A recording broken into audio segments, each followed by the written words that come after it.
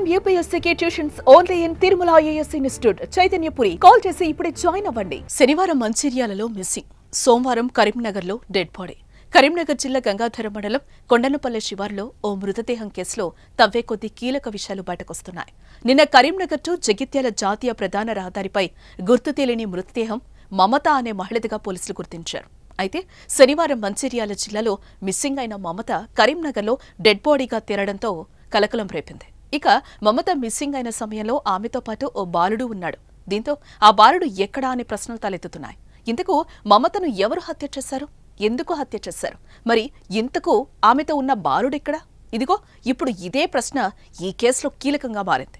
Phone మాట్లాడుకుంటూ వెళ్ళిందా? అసలు ఫోన్ వచ్చిన పోయింది సార్. ఫోన్ మాట్లాడుకుంటా బాబు ముందున్నాడు, ఇద్దరు నడుచుకుంటా పోయారు. ఆ మూలనే ఇక పోయింది. మన కార్ ఎక్కడికి పోయింది, ఏడికి పోయింది, మా ఇంట్లో ఉన్నది, మాకేం ప్రాబ్లం కాకుండా దయచేసి ఇది ఏది ఉన్నా కూడా బయట పెట్టండి.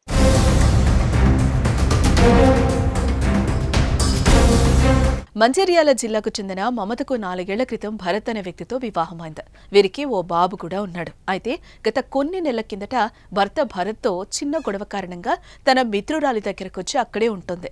ఈ నేపథ్యంలోనే శనివారం నాడు ఆయిల్ ప్యాకెట్ కోసమని బయటకొచ్చిన మమత ఎంతకు రాకపోవడంతో భయపడిపోయిన కుటుంబ సభ్యులు స్థానికంగా సీసీ ఫుటేజ్ను పరిశీలించగా కారులో బాబుతో వెళ్తున్న దృశ్యాలు కనిపించాయి. అయితే అక్కడ కారు ఎక్కిన మమత ఎక్కడికెళ్లింది, కరీంనగర్లో ఎందుకు శవమై తేలింది, మరి బాబు ఎక్కడా?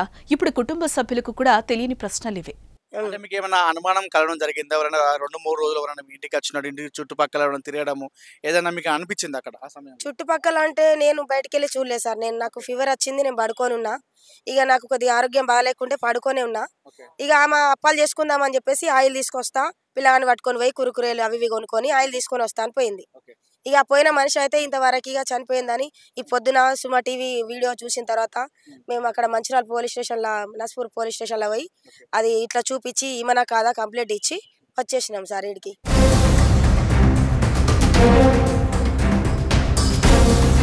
ఎప్పుడూ వాహనాలతో రద్దీగా ఉండే కరీంనగర్ జగిత్యాల జాతీయ రహదారి పక్కన స్థలం అది.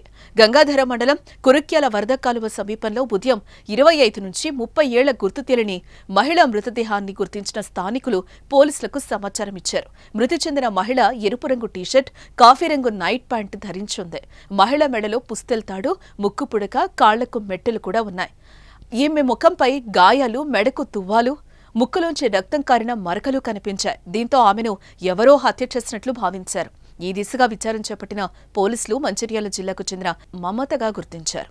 అయితే ఆమె కేసు మాత్రం మిస్టరీగానే ఉంది. ఇదిలా ఉంటే మమత మిస్సింగ్ అయిన సమయంలో ఆమెతో ఉన్న బాలుడు ఎక్కడా, ఎవరు తీసుకెళ్లారు? ఇప్పుడు ఇదే కోణంలో పోలీసులు విచారణ చేస్తున్నారు. బాబు ఆచూకీ తెలిస్తే ఈ కేసులో ఓ కొలిక్కి వచ్చే అవకాశం ఉందని పోలీసులు భావిస్తున్నారు.